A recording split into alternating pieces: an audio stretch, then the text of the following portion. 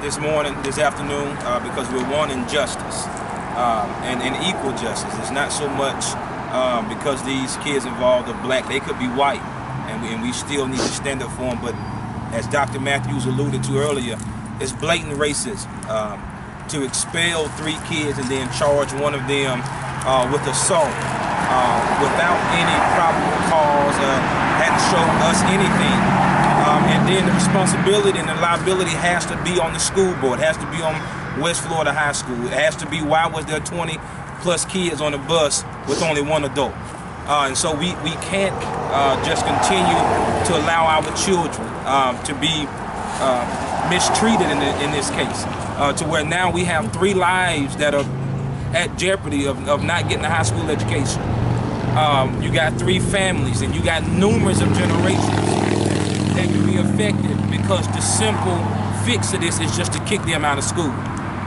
We need to then hold the teachers, the administrators accountable, the parents accountable. When you don't relate to a parent that their child has 2 infractions for cell phone or belt misconduct, and then the 3rd referral is so simple as he got out of line, and now 3 automatically equates to expulsion, and the parent hadn't been notified, is unjust.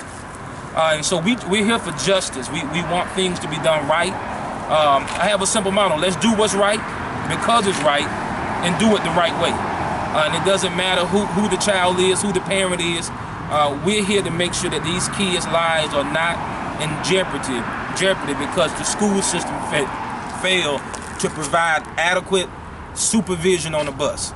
We got 15-year-old kids hazing or playing jokes on the school bus, which we've all done. And so we're going to expel them and kick them out of school because they were playing. And I believe that there's other ways, methods that we can handle this to where everybody wins and these children are still able to obtain an education. Thank you.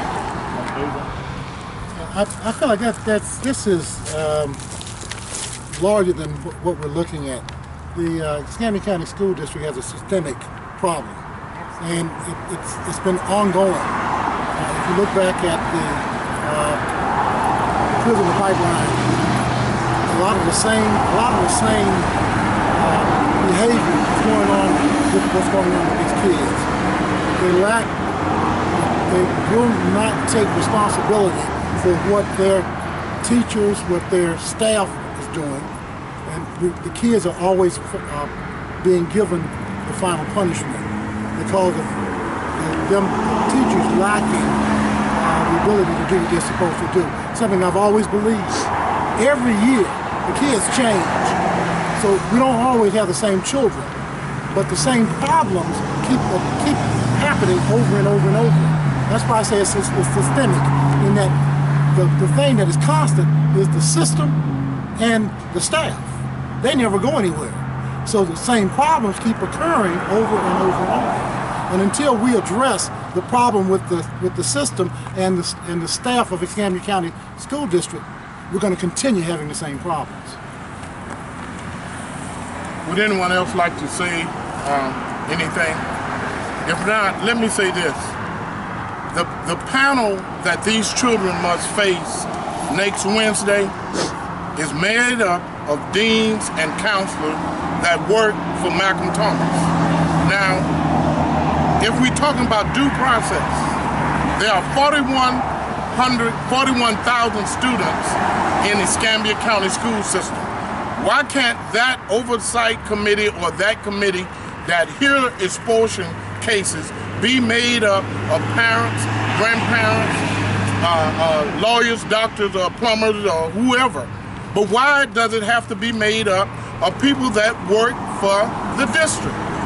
It seems like to me that the deck is already stacked against these children, not only the children that are facing expulsion here, but children throughout the whole district when they are recommended by principals for expulsion. I just celebrated my 45th year anniversary graduating from Booker T. Washington High School. I can remember when we had a problem, it's taken care of the school. So we understood, and the teachers understood, the bottom line is to keep children in the classroom so they can learn. That is what they're there for. They're not there to create an environment that would get them incarcerated. And they can say whatever they want to at the school district. Once you're sent to Escambia County Charter or Camelot or one of the other redirection schools, you learn bad behavior. That is evident. I have been on campus at these schools. I see yes, there's some students there who have committed violent crimes. But these young men from West Florida Tech have not done that. It is unfair and it's unjust, as everybody have said. So the panel that they face next week, it is no assumption of mine that they're going to be fair and impartial. That is not going to be the case. The question that I have for the school district, a few years ago, Camelot had only 60 students. That rose to 300. Why is there such an effort to expel black males from our school system? Because let's be honest, that is what's happening. If you look at the ratio and the report card that the school district got from the NAACP when they did their report card, they failed. They failed. I think Dr. Avant said it best. They are the pipeline to prison. Yes. And that's unfortunate that our children have to suffer that because what they're doing and what they're doing to our young black males now, to these 3 young black males, I've spoken with all 3 of them. I know one very personally, and I can tell you they are very good kids. All 3 of them are very good kids. And those kids are focused on getting themselves established, getting themselves prepared for college. And for you, Madam Principal, to take that away from them, to destroy their dreams, their hopes, their beliefs in themselves, to me, that is deplorable. And we don't need anybody like that over our children. We need our children being surrounded by people who are positive and people who are supporting their efforts to get to a successful life. We want our families, our children, to be successful, and that's black, white, green, or purple. It doesn't matter what race. That doesn't matter. The bottom line is our children deserve better than what they're getting, and they're not getting it. You know, I got an email last night, and then I'll be through. We'll have a closing prayer by Dr. Matthews or whoever Dr. Matthews wants to do the prayer. If the Escambia County School District can, after a federal audit, owe the federal government $500,000, nobody is arrested. Nobody is disciplined.